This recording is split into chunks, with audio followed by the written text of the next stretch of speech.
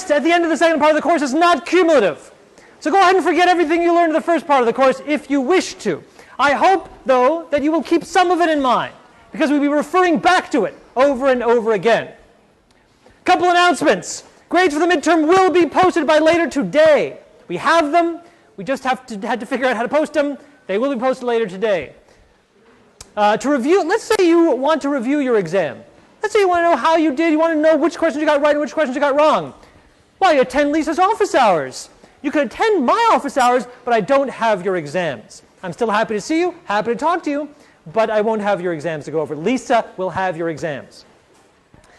Now that the midterm's over, you might be turning your eye to or your mind to the next requirement of the course, which is a paper. Paper's due May 20th.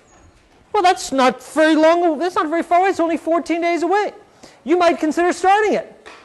It has to be turned in hard copy.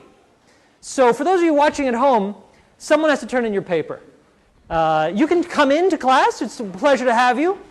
But whether or not you come, your paper does have to come, because it has to be here. And we're not accepting any attachments or electronic things like that. By the way, one other announcement. If you haven't been keeping up with the videos, this week's video is quite proud of it. You might want to take a peek at it. All right, let's a couple more business things. Let's talk about the paper for a second. Okay, because we haven't talked about it very much. The paper, the requirements and goals of the paper are described in tremendous detail in the syllabus for the course. Now, I urge you to read every word of the syllabus, but especially the description of the paper, because it's very detailed. The general goal of the paper, I will tell you, is to write about a problem relevant to relationships, identify one, write about research related to that problem, and then propose some research to extend our understanding of that problem, maybe solve the problem. And those goals are explained in much more detail in your syllabus. Choose a topic you care about. Why not? You're going to have to do the writing. Make it something that you're interested in anyway. You wouldn't be in the course, presumably, if you weren't interested in something to do with intimate relationships. There are plenty of problems out there, and some of them are suggested in the syllabus. So pick a problem you care about. What you want to submit to us is 5 double-spaced pages. That does not include a title page. You don't want a title page. It does not include references either, I don't believe. So 5 double-spaced pages. Make it neat. Don't have coffee stains on it. If there's spelling mistakes, correct them before you give it to us. We don't want to read that. And then since you're writing it, and since we have to read them, why don't you make it interesting, please? Why not? I realize that you didn't volunteer to write the paper, but you sort of did by taking the course. So since you have to write it and we have to read it, let's just make this more pleasurable by making your paper fun to read. Imagine that someone you cared about was having to read it. Write it as if that was the audience, someone that you wanted to have a good time reading the paper. So that's any questions about this requirement, Jessica? I know that we're supposed to reference some studies. Yes. Can we reference anything, any of the studies that are in our textbook?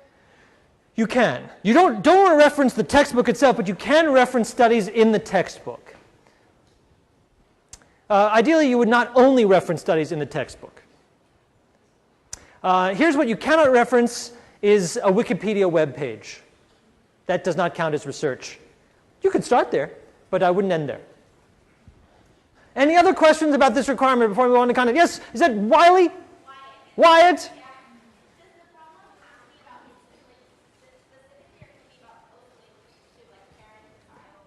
Great question.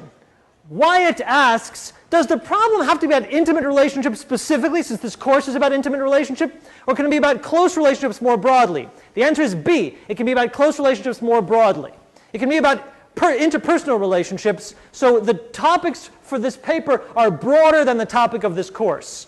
Just wanted to be sort of related to the broad constellation of relevant subject area. Any other questions? That was a great one. Yes, Vicky? It says so in the syllabus. I don't remember off the top of my head, but it says in the syllabus you sort of have to have this many.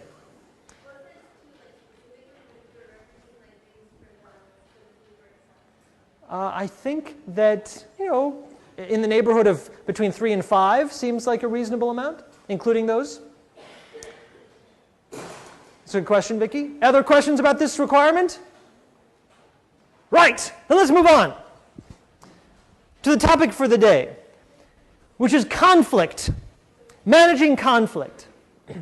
So before the midterm, Tom Bradbury in his last lecture talked about pro-social things, about ways that couples maintain intimacy, create intimacy, support each other, do the things that intimate relationships are all about.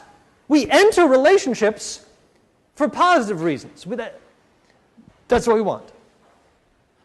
And presumably at the beginning of relationships, all these positive things that we do for each other are most of the relationship, and that's why we continue them. The mystery isn't really, why do we do nice things with our partners? That's not mysterious. We do nice things for our partners because we love them, and that's why we're with them. No, the mystery is the topic for this week. If we love our partners, if we want to be with our partners, and we want them to love us back, why would we ever treat our partners in a way that wasn't positive? Why would we ever be mean to our partners? Ever? Why would we ever do something hurtful to someone we claim to love? That's the mystery. What do people want from their relationships?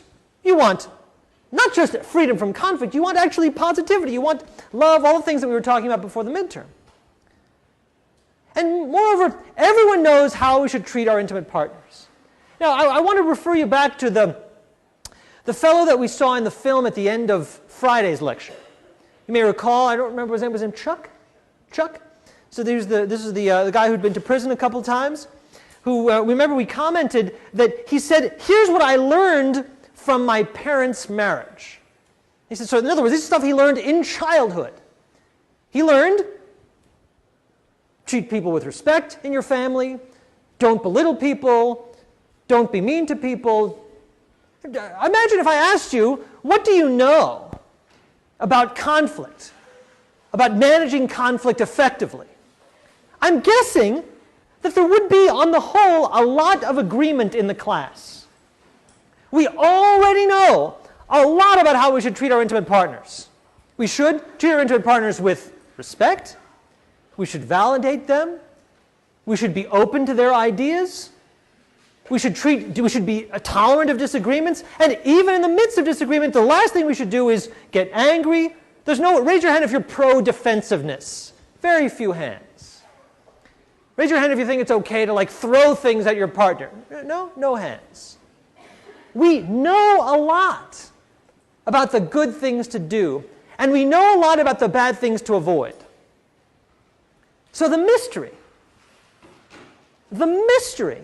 is that if we all want the same thing, and we know how to get it, how is it that of all the places where we might lose control, of all the circumstances in which we would do something that we know is the wrong thing to do, of all the people with whom we would lose control and behave in a way that we would regret later, why does it happen so frequently with the people that we love the most?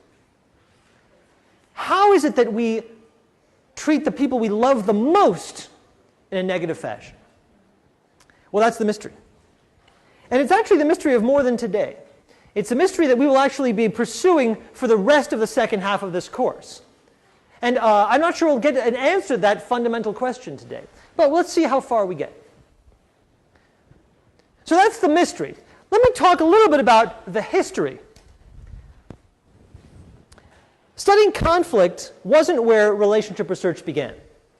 Relationship research started, I think Tom told you, looking at personality, actually.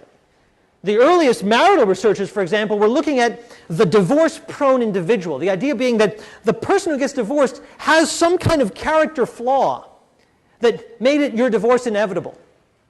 And the other people who have good marriages, because you've got the good marriage personality. And that was maybe reasonable when divorce rates were low. When there wasn't a lot of divorce, you could say, well, divorce is this crazy aberrant thing that happens. But that changed in the 1960s. Divorce rates started to climb, and they climbed high. And suddenly, it was very hard to sustain an argument that divorce was a result of some aberrant personality, because if that were true, then everyone in the world is aberrant. Hard to imagine. Also, as divorce rates climbed, more and more people were going to get couples therapy. When divorce rates were low, there was no such thing as a couples therapist, because there were no couples that wanted or asked for therapy. But suddenly, when divorce was sort of more normative, more couples were going to get therapy. And when they went into that therapist's office, husband and wife or any couple, and sat down and the therapist said, "So what brings you here?" The big complaint was, "We're fighting. We are fighting," and let's talk about that complaint. What's the complaint? The complaint is, we fight a lot and we're going around in circles. We fight a lot and we never get anywhere. We fight a lot and the same topics keep coming up and it gets ugly and we both are upset and crying and we can't figure out a way out on our own. We want to get out of this. So the people that were hearing the complaint were therapists, clinicians. And what do those therapists need? Those therapists said, well, I need to tell these people something. I want to be able to give them some answer, some response that says, well, here's what you should do. But they didn't really have an answer. Well, social learning theory emerged from this context. So we talked about social learning theory. You talked about it with Tom Bradbury.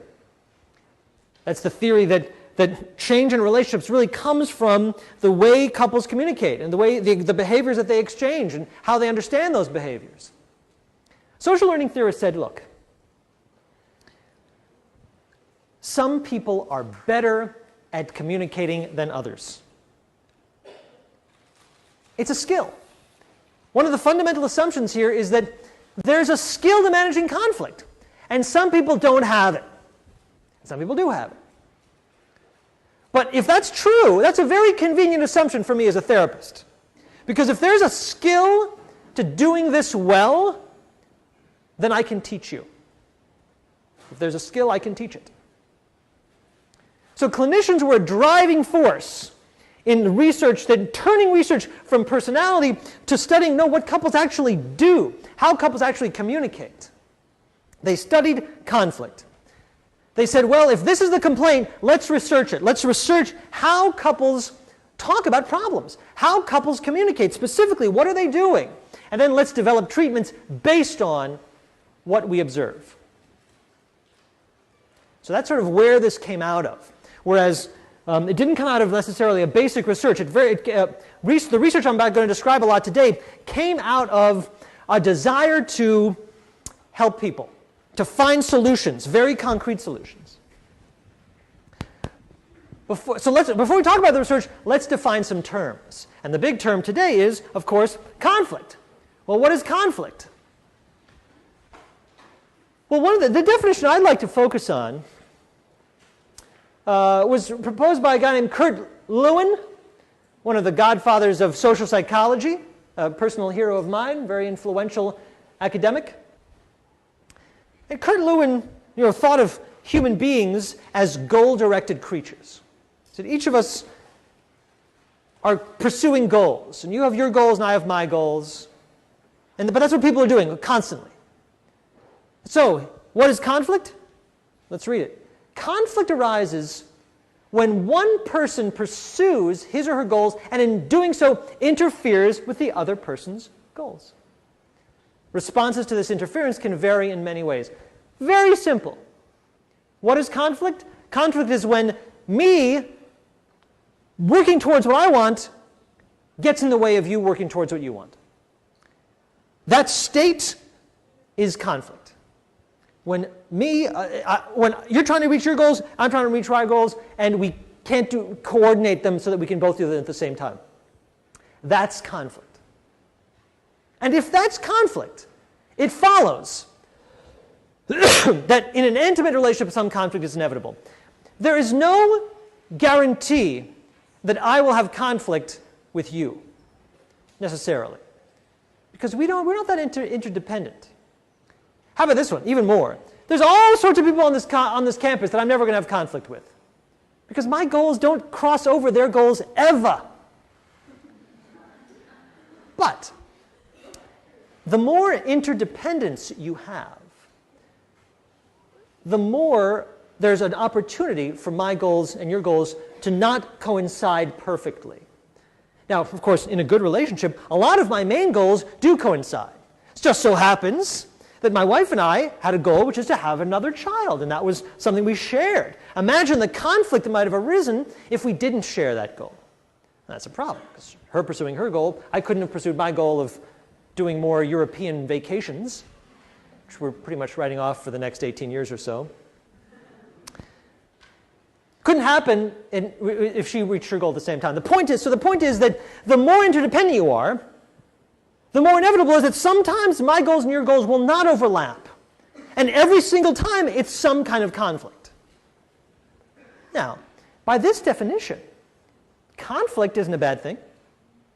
By this definition, there's nothing inherently bad about conflict. Conflict is life. There's a conflict every time I reach or I'm going through traffic. There's a conflict every time I want to get home and you want to get home too, and the road is not big enough for all of us. It's the same thing in a house. There's a conflict every time we watch TV and I want to watch something and you want to watch something else. That's a conflict. Conflict doesn't mean bad. So that's a little bit different. It's easy to misuse the language and say, well, there's a lot of conflict. Oh no, that's a terrible thing. By this definition, there's nothing inherently wrong about conflict. What matters is how we respond to the conflict situations. And that's the point that Lewin makes. Responses to this interference can vary in many ways. What do we do when we suddenly are blocked from pursuing a goal that we care about? Well, there's lots of things we can do. So I'm heading towards my goal, and suddenly my spouse gets in the way. Well, of all the people on the planet, your partner is the most likely to get in the way because they're around you the most. So the more interdependent you are, the more it is that your partner will be the one getting in the way because they're around you. Now, what do you do about it? Well, you can imagine there's lots of things you can do about it. One thing you can do is stand and patiently wait for your partner to get out of the way. Another thing you can do about it is get mad. Another thing you can do about it is find another way around. The point being that it's the response that we care about. The conflict itself is inevitable. It's a fact of life. It's like oxygen. What we care about is how is conflict managed? And that's what social learning theory talks about. It's saying it's the way conflict is managed that teaches people whether they're in a good relationship or a bad relationship. These are learning opportunities. Every time a conflict arises, and it will arise, it's a chance to learn something about the relationship. And that's what social learning focuses on. All right, so what's the research agenda? So when all those clinicians started clamoring for research on how to manage conflict, what was the agenda?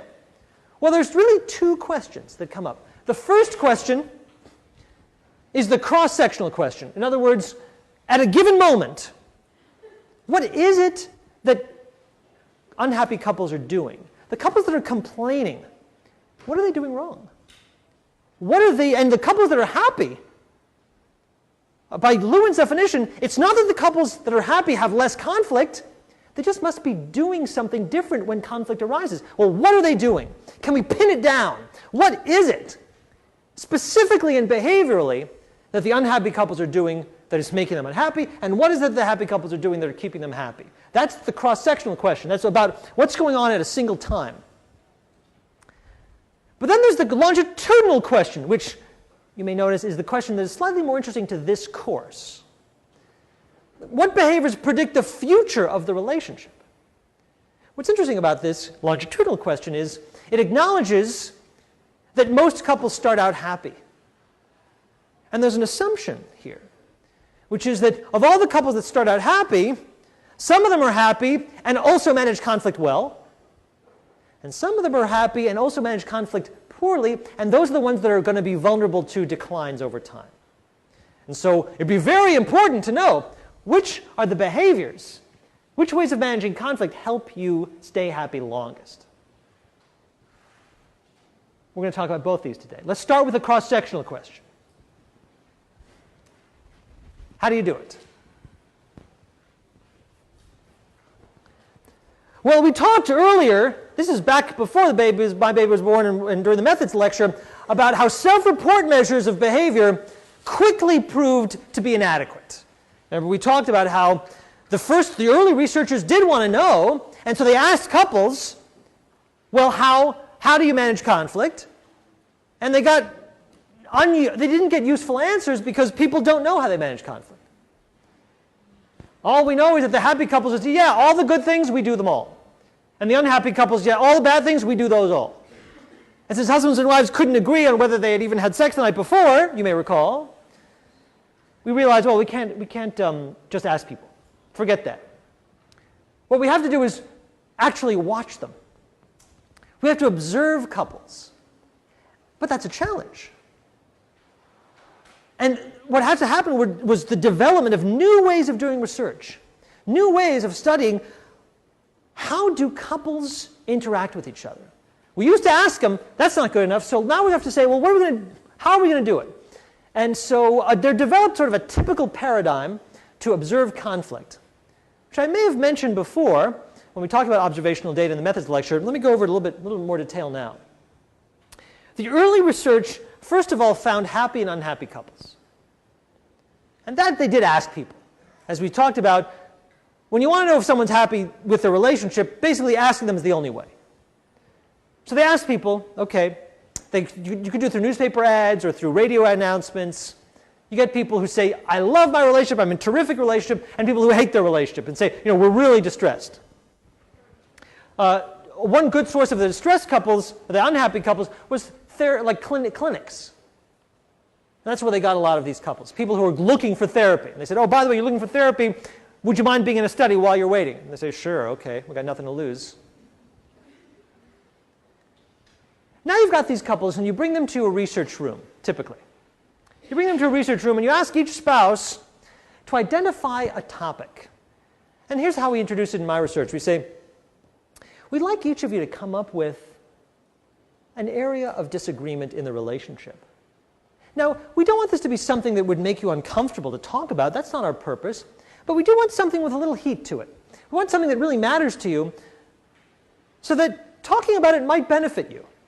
When we say talking about it might benefit you, this is known as a lie. What we really care about is, what we really mean is, talking about it might actually get you to show real emotions, and that's what we're trying to study. But that's not what we say. We say, this might benefit you, but what we really mean is, this might benefit us. And then I think you remember I put two chairs out here, and we have two people sitting in chairs. One person here, one person there, facing each other. And we have two cameras, a camera behind each person's head pointing at the other person. And wires from the cameras connect their images to a single screen. So we can look at their faces at the same time, even though they're facing each other. And then we say, all right, we'd like you to talk about this problem for the next, it varies. Some studies have them talk about it for as little as 7 minutes. I've seen studies have them talk about a topic for as long as 15 minutes. And we say, okay, could you talk about it? Talk to each other, don't talk to us. No need to explain yourself. No, don't look at the camera and say, oh, that's my Uncle Bob who lives in New Jersey. We don't need to know it. Just talk to each other as if you were talking to each other at home. And then we leave them. We close the door and let them talk. We're watching them on a monitor in the other room. And here's what we see. You might ask yourself, well, imagine, what would you experience if you were in that situation? You're in a room somewhere in the UCLA campus. You're sitting in two chairs facing each other. And there's a camera right behind your partner's head aiming right at your face. Do you think you could relax in that situation? Do you think you could just ignore the camera and focus on your partner and really be in the moment? Or would you be super self-conscious? Some people are saying, I would be super self-conscious. Well, you'd think so, wouldn't you? And I would think so too. I would totally expect that I would be super self-conscious in that situation, and I would not be able to forget that there's a camera pointing at my face. But let me tell you something. People forget the cameras like that. How could it be? How could they forget the cameras? The camera, we make no effort to hide the camera. There's not even a sheet over it. It's just a big old camera. It's black. It's on a podium. It's on a tripod. But when you are sitting across across 4 feet from your relationship partner, your intimate partner. And there's your partner's face, and you're talking about a topic, and there's a camera. The camera cannot compete with your partner's face. Your partner's face carries the day. Well, sure, you might say. But surely people they still know you're talking, so they can fake it. They can fake their behavior. Okay, let's pursue that argument. What would they fake? What are you going to do? What would be your motive if you're in that room being taped by researchers while you have this conversation? How are you trying to come across? What's your name? Marina? Sabrina, right. That's right. Oh, right. You just want to sound like I'm not the one causing the problem. In fact, you might want to sound like you don't have a problem. You want to sound like we're a great relationship. Here's the problem. If you knew how to fake having a great relationship, you would have a great relationship. Think about it. Who are you more motivated to please? A researcher or your actual partner? Most people are more motivated to please their partner. So if they could fake good, if they could sort of try to have a better conversation than usual, they would. The problem is that people don't know how. So the conversations that we see are incredibly real. We see people crying, and I'm saying within 7 minutes. We see people shouting. We see people getting mad. Now, how does this compare with the conversations they have at home? Someone asked that question. Some researchers asked the question of how do the behaviors that people observe in the laboratory compare with the behaviors that we might observe at home? And the reason they asked this question is that the behaviors they were observing in a laboratory, and when I say laboratory, I just mean a research room with a camera in it, those behaviors were really vivid. They were seeing a lot of affect, a lot of emotion. Well, if that's what we're seeing in the research room, what would people see at home? So here's what they did. They got people to come to the research rooms, have a conversation in the research rooms, and then they said, oh, now go home. Here is a pocket tape recorder. Next time you feel like you guys are having a comparable heated argument or discussion, turn on the tape recorder and tape yourself if you wouldn't mind, and then bring it in and we'll code that too. So the same couples are now providing data in the research rooms and from home, recording an actual conversation at home. Which was more negative, in the research rooms or at home? At home, every time. Good guess. Which means that as much as we're seeing a lot of affect in the research rooms, it tends to be an underestimate. An underestimate of what's going on in people's homes. That's fun. That makes this research that I'm about to describe to you conservative. The implication being that if we could somehow be a fly on the wall and videotape people in their houses, we'd see even more than we see here. So we see a lot of stuff, and the idea is just to say, well, do we see different behaviors in the happy couples than we do in the unhappy couples? That's the question. That's sort of this first question. And how do we know what we see? And the problem is that coding these videotapes or audio tapes is no easy task. It's actually quite challenging. And one of the first challenges is deciding what to code. So let's say I gave you a videotape of a couple talking about a problem. And I asked you to quantify it somehow, to reduce it, to summarize it somehow. How would you do it? On what basis would you do it? There's a lot of choices. You could code the emotion versus the verbal content. You can code what people say, or you can code the emotions they express, which are two different things. You can imagine I could say, oh, shut up. Or I could say, hey, shut up. Those are same content, different emotions. You can code the nonverbal behavior.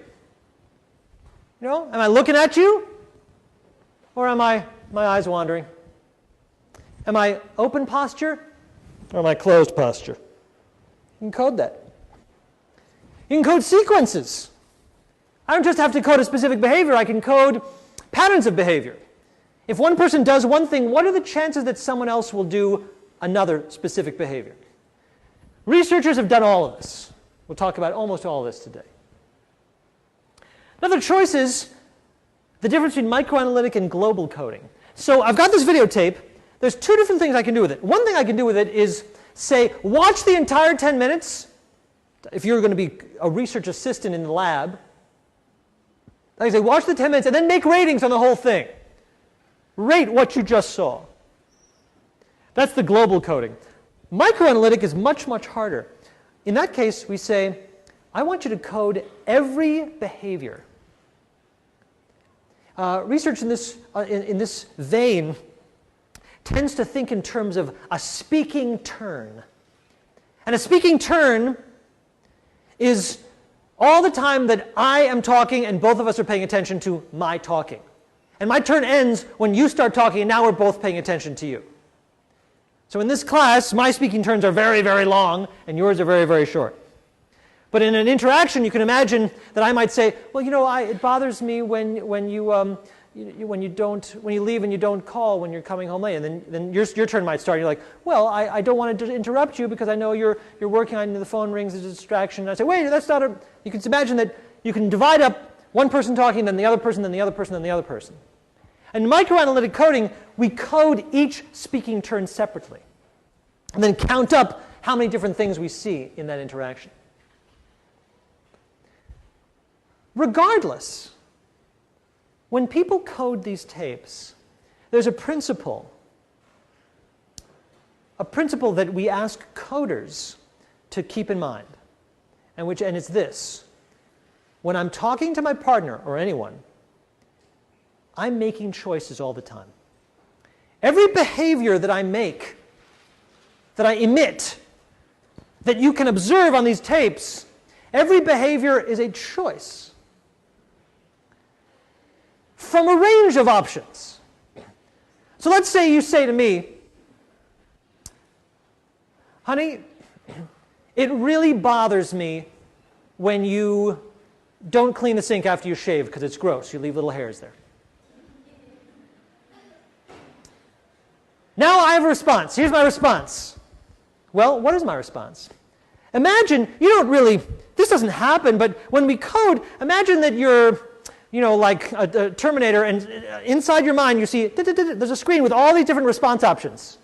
And you're about to pick one. One response option is, oh, I didn't realize that bothered you. Well, thanks for letting me know. I'm going to be sure to do it differently next time. Another option is, well, okay, whatever.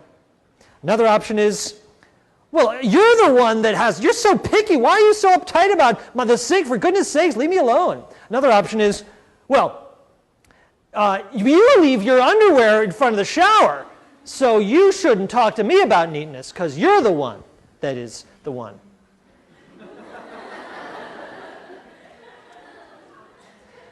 Every behavior is a choice. And the meaning of our choices depends on being aware of that range. So when you're coding, so then the question is, okay, what response would be considered a constructive response? What response would be considered a positive response? Well, something that, given that you've disclosed an issue with me, a complaint, a response that was open, a response that acknowledged and validated your concerns, would be coded as more positive than a response that was defensive or accusatory. It's very hard to get reliability. The challenge is that you want multiple people to see the same things. You want to train people so that if I brought a lot of you to the lab and I trained you for a while, if you watch the tape, you'd all see exactly the same things. But it's tough. It's tough. So, like, imagine a couple where one person says to the other person, you jerk. Can you imagine that could be, I'm serious. No, you jerk. You are a jerk. Or the same behavior, I could be sort of teasing you. You know how some couples kind of josh each other? Like, oh, you jerk. You crazy jerk. Well, which is it? A lot of times the meaning is hard to tell. It's hard to tell. So getting people to agree on what's in these tapes is very difficult, but that's the challenge. And it's a challenge that a ton of researchers met, starting with John Gottman in the late 70s. John Gottman, who was really a pioneer of this work. And what did he show? What did he reveal? When he actually got these tapes and coded them and compared what the happy people were doing to what the unhappy people were doing. It took a lot of money. It took hundreds of hours. And what did he discover? He discovered that unhappy couples are more negative with each other than happy couples. Okay. Not a big surprise. In fact, I'll tell you another thing he discovered, that unhappy couples are less positive with each other than happy couples. Okay, not such a big surprise either. But he didn't stop there. And the research on this behavior didn't stop there at all. They went further. They said, sure, we probably knew that the unhappy couples are going to be more negative and less positive. But researchers, once you have these tapes, once you can really look at what unhappy couples are doing with each other, these researchers began to get some insights into some quite specific and less intuitive things that unhappy couples were doing that happy couples weren't doing. Let me give you some examples. This is not an exhausted list. This is not an exhaustive list at all. It just sort of gives you a flavor of what some of this research did reveal that was a little bit more interesting than unhappy couples are more negative. Unhappy couples, when resolving a problem, engage in a behavior called, that clinicians call kitchen sinking. Any guess at what's kitchen sinking?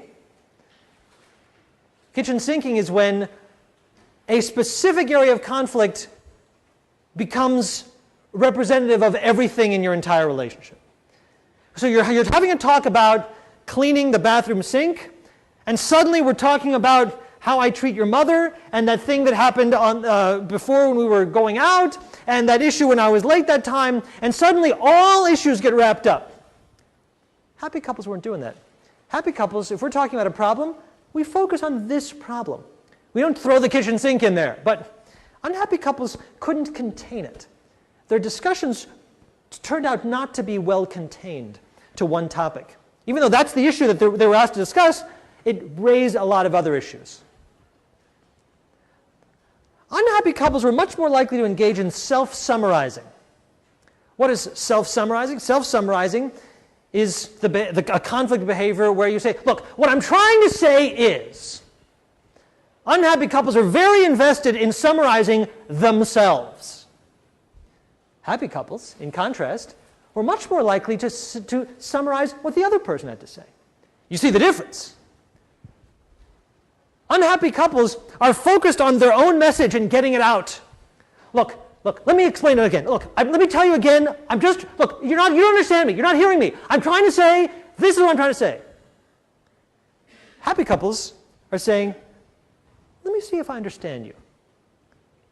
That's a big difference. And it's a little bit more subtle. And it's not just that the happy couples are more positive. It's how are they more positive? Happy couples are more positive in an outward directed way. What makes it subtle is you can imagine an unhappy couple saying, if I could only get you to listen, if I could only get you to understand, you would immediately see my point of view and the conflict would be solved. The problem is that doesn't work if you're both constantly summarizing yourself. Connection, an actual connection, comes from the opposite of self-summarizing. And you're saying, well, if you just said something, let me see if I understand you by trying to summarize what you just said. Did I get it right? I didn't get it right? Fair enough. Let's try again. Oh, and I did get it right? Oh, that makes me feel great because I understand you. And that must make you feel great because you've been understood. Huh. You can see how self-summarizing gets in the way of all that. Presumptive attributions they found in the unhappy couples. Oh, presumptive attributions. You don't want that. What's a presumptive attribution? Presumptive attribution is when you assume that you know what the other person is thinking. Example. I say, why should we go to your family's house for the holidays? Didn't I just go to the last holiday to your family's house? And wasn't I polite to your mom and everything, even though I don't like her? Here's a presumptive attribution. Oh, you were just doing that to appease me. You didn't really make an effort. You were just pretending. What the? Presumptive attribution is a tough one because it's a form of mind reading. It's a form of saying, I know what you're thinking. Well, the problem is that shuts down communication, doesn't it? If you're having a conversation which is full of presumptive attributions, you are having a conversation with yourself. right? I'm saying, okay, you don't care enough about me. Oh, I know you gave me flowers, but you only did it because you were trying to, apologize for that thing that you know you did that you won't admit, and then you are only doing this. Well, I'm talking to myself now. Presumptive attribution shuts down the other person because the other person is only in position of saying, well, either I can agree with that accusation you essentially levied at me, or I can suddenly have to say, wait a minute, you've got me all wrong, but you're not listening to me anyway. You can imagine, though, that presumptive attributions come up. And they come up more in unhappy couples than in happy couples. Unhappy couples are saying, I know what you're thinking. I know why you're doing all that. Happy couples say, what are you thinking? Why are you doing that? You see the difference? The difference between closed and open. Closed is, I know why you're doing that, so just shut up. Open is, I want to know why you're doing that. Open up. Why are you doing that? What does that mean to you? Open-ended questions are what happy couples are doing. Unhappy couples are doing these closed-ended questions. A related closing technique from the unhappy couples is something called, I didn't put it on the slide, is something called a hostile question. A hostile question is something that looks like a question, but it has no real answer that opens the conversation up. Let me give an example of a hostile question. What were you thinking when you did that? You're not really asking, are you? If you say, well, what kind of an idiot would you have to be to pay $500 for that? Well, that's not really, that's called a hostile question because the answer isn't, oh, this is the kind of idiot I'd have to be. My point here is these are sort of conflict communication behaviors that really aren't totally obvious, but really distinguish between the couples that are on the way to closeness and the couples that are not. Another example, cross-complaining, kind of more intuitive. If someone says, honey, I have an issue. I don't like the way you are watching television at night when that's time when we could be together. Well, a happy couple says, all right, you raised the issue, let's talk about that issue. What is it that you'd like me to do differently, or what is it that you're missing? Let's talk about it. That's the issue. Cross-complaining say, oh, that reminds me, I've got an issue too. You're a nag, and you never give me the little space or whatever. A cross-complaining is sort of related to the self-summarizing idea. It's when two people are so wrapped up in their own issues and getting their own issues out that they can't connect and be open to each other's issues. Yes, what's your name? Danielle. How does cross-complaining differ from kitchen sinking? It's related. It's related. You can imagine cross-complaining being about the similar topic. So if it's about neatness, you could say, you don't like how neat I am. And I say, well, actually, I don't like how neat you are. But kitchen sinking is about expanding. It's about expanding the topics to all these different issues. But they're related. This is all related. Prescription. Prescription is also subtle. Prescription is simply telling people what to do. And guess what? Nobody likes to be told what to do. Now, it's subtle because there's a way to say what you need. You can say what you need in a relationship. You can say, I need more time with you. I want more time alone with you. I want that. But that's opening yourself up. That's disclosing your needs. That's opening. Prescription tends to close. Prescription is when you say, you know what you need to do? You need to wise up, shape up, or ship up. Or it can be more subtle. You know what you need to do? You need to stop doing it on the computer. You need to stop watching TV. You got to pay attention to me. That's telling you what you need. Well, that shuts you down. Maybe you have a different idea of what you need. The difference between open and closed is open avoids prescription. Open says, here's what I need. How does that fit with what you need? What do you need? Prescription says, I'll tell you what you need, so you shut up. So we've come along. You see how the research isn't as simple at all as, unhappy couples were just more negative, which would be a trivial result, I agree. It actually got a lot deeper than that. As people got into listening to what couples were actually doing, it became actually revolutionary research. Revolutionary.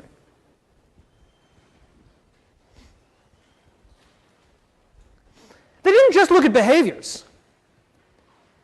Some of that early work also looked at sequences, patterns of behavior. So if you've got a videotape, you don't just see behavior, behavior, behavior. You can see, over the course of 10 minutes, something develop. You can see the escalation of conflict or the de-escalation of conflict. And what they found is that unhappy couples are more rigid and predictable. What does that mean? It means that unhappy couples fell into cycles that they had trouble breaking out of. So for example, the way this work is done, it's quite complicated statistically, is I look at every single, let's say, negative coded behavior, negative speaking turn in your 10-minute interaction. And for every time I'm negative, I can compute for a couple the statistical probability that your next behavior will be either also negative or neutral or positive. To give you an example from one study. I can actually compute the statistical probability that if I'm negative, you're negative also. Well, unhappy couples, the probability of negative reciprocity, the probability that one person's negativity was followed like a reaction, like a reflex by another negative behavior from the other partner was significantly higher. The implication being less flexibility, more reflexive reactions in the unhappy couples. Does that make sense? So imagine the difference between unhappy couples. The unhappy couple says, you just said something that pissed me off. I respond by striking back. I lash right back at you. I don't even think about it. Happy couples, and especially happy wives. I don't know why. Actually, I have many speculations as to why. Happy wives in particular were observed following partner negatives with neutral behaviors. Think about that as a skill. Your partner says, you really pissed me off last night. Ouch. That's a criticism. Nobody likes to be criticized. How do I respond? Screen opens up. I have a behavioral range of choices. Some are negative, some are neutral, some are positive. Which do I pick? Unhappy couples, the screen doesn't even pop up. They go right to the negative. I pissed you off, well, you pissed me off. Happy couples are doing something that takes a lot of effort. It takes a lot of effort to say, I pissed you off? Ooh, stings, yes, don't like it, but okay, let's address it. What pissed you? Let's talk more about that. Not an easy thing to do. But what does it get you? What it gets you is, it breaks you out of negative cycles. Because imagine if every relationship was like the Israelis and the Palestinians, or the Hatfields and the McCoys. It's like, oh, you threw a bomb at me, I'm throwing a bomb at you. Great. And now you're going to throw a bomb back at me? Terrific. Not a useful thing. The challenge in feud situations, and you don't want your relationship to become a feud, is to break out of it. Is to be the one that says, okay, I'm going to break the cycle of negativity. Happy couples were able to do it better. Happy couples, a negative didn't automatically cause a domino effect of negative, negative, negative, negative. You see the issue? Happy couples were able to go, punk, okay, fine. A negative, yes, I get it, I didn't like it, but now we're out of it. Unhappy couples, it took longer to exit negative exchanges. It took longer, they were just in the negative part, the exchange of negativity, back and forth, the bad part. It took them longer to say, wait a minute. Let's get out of this for a second. Which leads to free advice. Don't you be the one to convert a neutral behavior into a negative behavior. Don't be the one to knock over that first domino. Because you know what happens. Puppity, puppity, puppity, puppity, puppity. So this is pretty interesting stuff, in my opinion. And what makes it interesting is it's a close analysis of behaviors that we don't always analyze closely. And one of the reasons we don't analyze them closely is we're usually emotional when these behaviors are happening. We're not in an analytical frame of mind when we're having these conflicts with our partners. No, we're aroused, we're maybe hurt, so we're saddened or anxious or distressed. And that's not a good time to think, oh, how interesting, we're kitchen sinking. Oh, how interesting, this is self-summarizing. No, we're in it. But once these videotapes started to get collected and people could actually see what are couples doing, the subtleties of what it is that unhappy couples were doing were able to be described. Which brings us to escape conditioning. Did Tom talk a little bit about coercion theory and escape conditioning when he talked about social learning theory? Yeah? Well, I'm going to talk about it too. Albert? Arthur? So sorry. Yeah, I tried all that reading talked about, and she told me to stop using my psychology. Oh, fair enough, Arthur. So Arthur says he tried some of this. Good for you. First of all, extra credit for trying this at home. And he said it did not work. He said his partner said, oh, stop using all that psychology. Well, it raises an interesting point, which is, let's say you are an actual professional psychologist who lectures on these topics for money. Does that mean that every interaction at home happens with like little cherubs swinging and birds landing on your finger, cartoon birds? No. I would not say that it goes perfectly every time, and it didn't go perfectly every time for Arthur. And the question is, well, why? Well, I mean, it's a broad question. If we do this all right, if we know what to do and we do it, is that a magic key that makes our relationships perfect? No. And why not? Well, we'll talk about why not. I mean, that's such a broad question. I actually want to just sort of like put it out there and let it rest for a while. So Arthur, it's a great question. It's kind of a fundamental question. We'll get there. For the time being, let's sort of touch on this other sort of enduring question of this topic, which is, well, why does this happen? You know, when I tell you the difference between that self-summarizing, you don't want to do that, cross-complaining, you don't want to do that, I didn't hear anyone raise their hand and say, no, wait a minute, cross-complaining is excellent. No, I like the closed thing. That's much better than the open thing. I mean, maybe the subtleties are interesting, but again, it doesn't strike you as rocket science. I think it strikes you as like, oh yes, of course. I see a lot of nodding. Oh yeah, that makes a lot of sense. Arthur was agreeing with it so much that he went home and tried it. So the question is then, why would we do anything else? Why would we ever do anything else except be totally open to our partners, to not cross-complain? Like, why? Well, social learning theory comes out of behaviorism, right? Social learning theory comes out of sort of B.F. Skinner's idea that we do what's rewarding and we stop doing what's punished. So social learning theory has to say that ultimately we must somehow inadvertently reinforce each other's behaviors. So my partner wouldn't nag me if it didn't work. And indeed, some people have talked about a particular pattern called the demand-withdrawal pattern. Did Tom talk about the demand-withdrawal pattern? Well, I'll talk about it again. The demand-withdrawal pattern is a particular sequence that clinical psychologists started to observe in unhappy married couples. And the sequence is basically this. One partner, frequently the wife, has a demand, asks for change, asks for something. The other partner, frequently the husband, does not want to give in to the demand, and so reacts by withdrawing. If I've asked you for change, and you withdraw, what position does that leave me in? It leaves me in the position of asking again louder. But if you didn't want to change the first time, now that I'm asking in a more strident fashion, you aren't going to suddenly say, oh yeah, now I'll change. So if you withdrew the first time, you're going to withdraw more.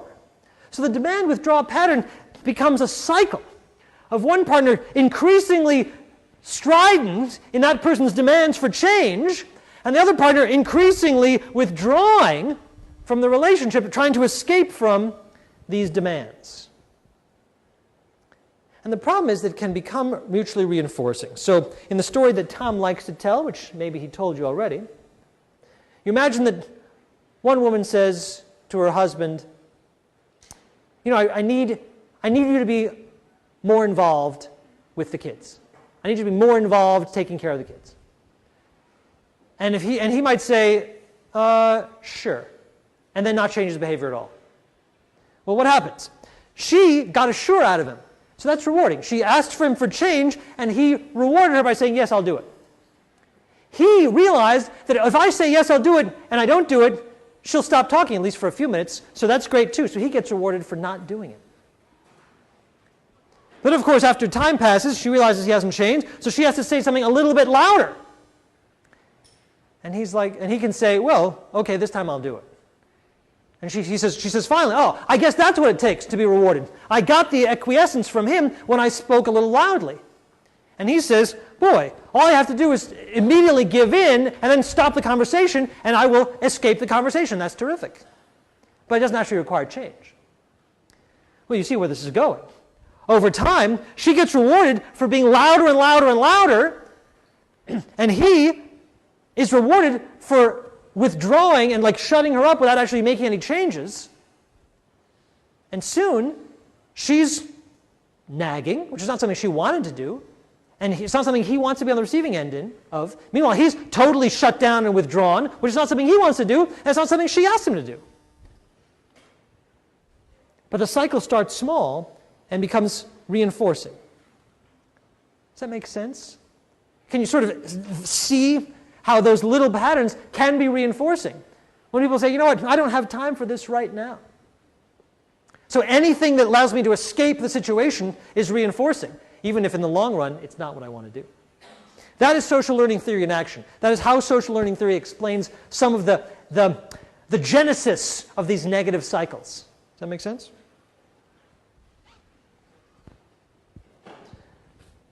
So we have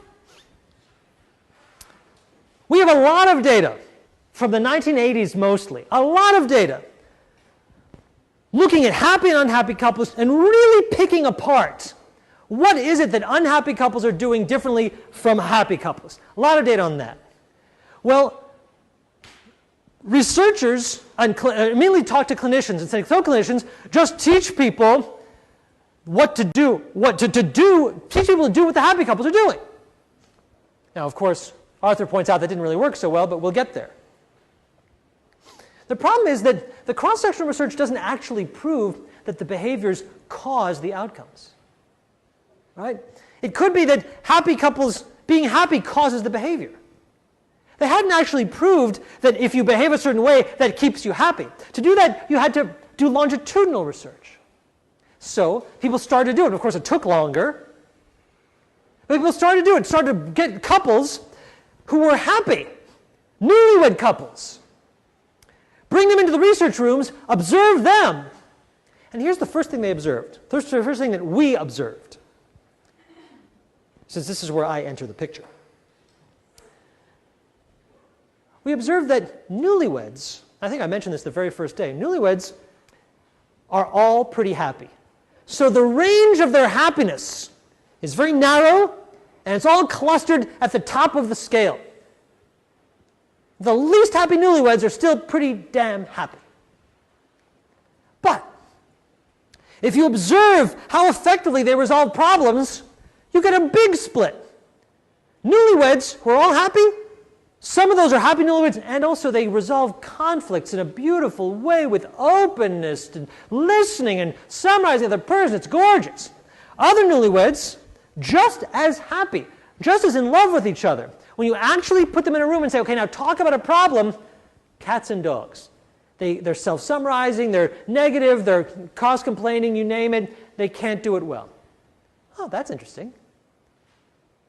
Well then, we might assume that negative behaviors should predict negative outcomes, right? That the negative behaviors, the couples that are negative as newlyweds, those are the fragile couples. Those are the couples that are likely to decline over time and are more likely to get divorced. Leo? Have you given a measure for how happy the newlyweds actually are as opposed to how happy they're telling you they are? Leo's question is, how do you tell the difference between how happy they really are versus how happy they are telling you they are? And my answer to that is, I don't distinguish between those two things. If they tell me they're happy, I believe them. Because couples later will tell us they're unhappy in a second. And couples tell us when they're unhappy. And even some newlyweds tell us they're unhappy. But if you follow them over time, the same couples will tell you they're happy and later will tell you they're unhappy. So that's a real change that we're trying to predict. I don't accuse people of lying to us somehow. I don't see a point in it. It's a fair question.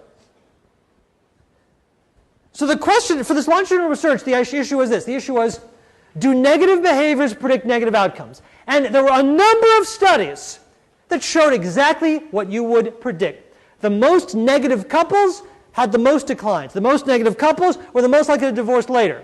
Just what you'd expect. The problem is that not all studies found this. So Gottman and Krokoff in 1989 did research where they brought in established couples. They brought established couples into the lab.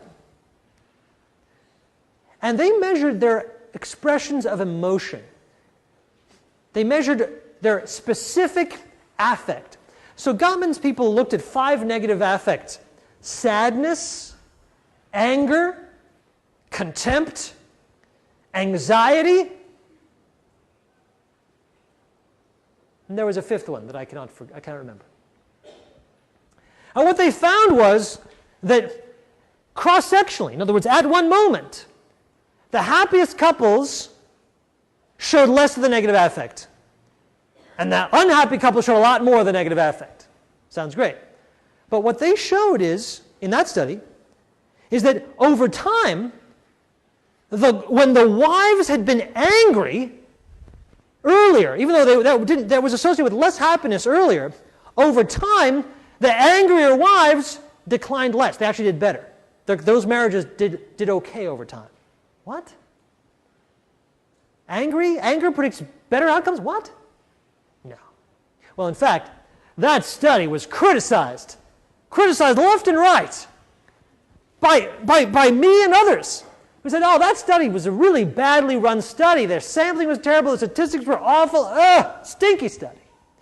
So we did a better study. We started with newlyweds, not established marriages. We followed them for not a year, but for they studied a year. We studied for 4 years.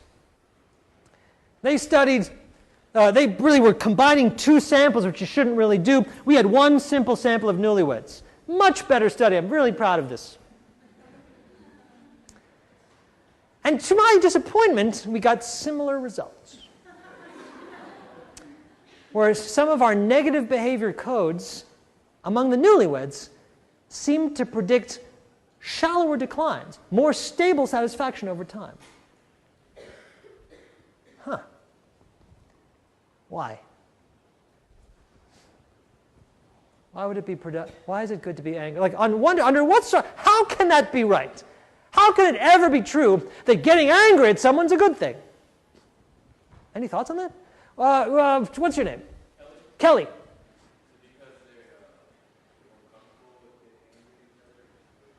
That's a really interesting idea. Kelly says maybe the willingness to express some anger reflects comfort with each other. They're comfortable saying, hey, I don't have to pussyfoot around. I don't have to walk on eggshells with you. No, if I'm angry, I can say, hey, you know what? I'm angry.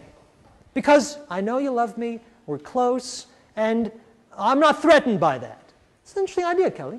Okay, we've heard from Wyatt. How about Micah?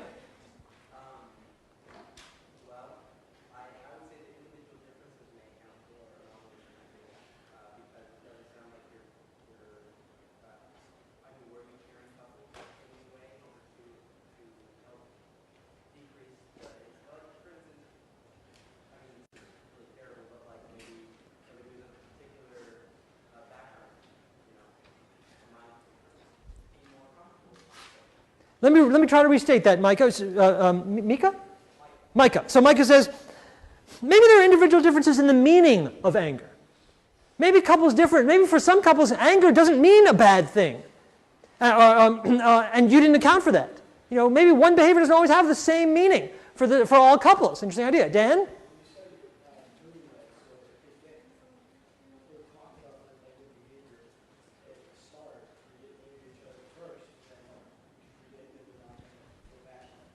Oh, Dan, very interesting idea, Dan. So here's what Dan says. Dan says, maybe in the newlyweds, by getting angry and expressing honest negative emotion about an issue, they're nipping that issue in the bud. They're preventing that issue from getting worse later. But couples who, in contrast, suppress anger or suppress negative feelings, who are not willing to talk about a problem, well, that problem might fester and then bite them later.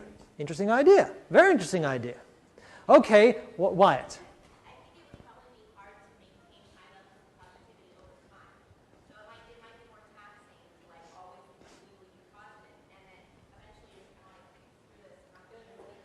Interesting. So Wyatt discloses too much and says, maybe it's just taxing to have to be positive all the time. And so the people who are positive all the time presumably decline more than the people who just let it all hang out. Similar to Kelly's argument. What's an interesting idea? And all these are interesting ideas, and they were all discussed. They were all discussed when people were sort of talking about this finding. I'll tell you, the one that was discussed most in the literature, the one that Gottman and Krokov, for example, pursued, is the idea that Dan shared with us. The idea that even though there's short-term pain in talking about difficult issues, there may be long-term gain in talking about them. Because by talking about difficult issues, you address them. You resolve them. If you never talk about them, you never resolve them. At least that's the idea. But other people came back and said, yeah, but can't you talk about them in a nice way? I mean, surely it can't be positive to sort of lay into your partner and get angry. I mean, these are negative codes. What to do? What to do? Well, if you're a researcher and there's this kind of controversy, you want to resolve it by doing more research. So we did. This is a very recent study that was done in Tom Bradbury's lab with Tom and some of his students, including myself back when I was a student. 172 newlywed couples in first marriages. So you got this homogeneous group. Here's the idea. The idea to try to resolve this controversy was that, and by the way, I'll tell you in advance, this doesn't totally resolve the controversy at all. Just gets a step towards it. I don't want to oversell it. And we're trying to predict slopes or rate of change in marital satisfaction over 4 years. The question is, you got these newlyweds, they're all pretty happy. Which ones stay happy versus which ones decline a little bit versus which ones decline a lot? That's what we're trying to predict. And what they did was they coded the tapes twice. Once coding for emotion and once coding for the verbal content. They coded it twice to separate those things. There's what you say and there's how you say it, right? They're saying, this is a problem. And they're saying, this is a terrible problem, you jerk. There's two different things. One of them has a lot of affect, even though in both cases you're saying there's a problem. And the question is, if you separate these things, do they interact? In other words, is there a difference between being negative in your content but positive in your affect? Well, what's that mean? How can you be negative in your content and positive in your affect? Well, it's possible. And say, no, this is a problem. I'm mad at you, but I can also in the next sentence still say, but I still love you, you crazy lug, you big galoot, or whatever. So that's what we did. We tried to look at how different combinations of positive and negative affect, emotion, and positive and negative content, verbal content, predicted the slope of these newlywed satisfaction over time. And look what we found. What we found is this.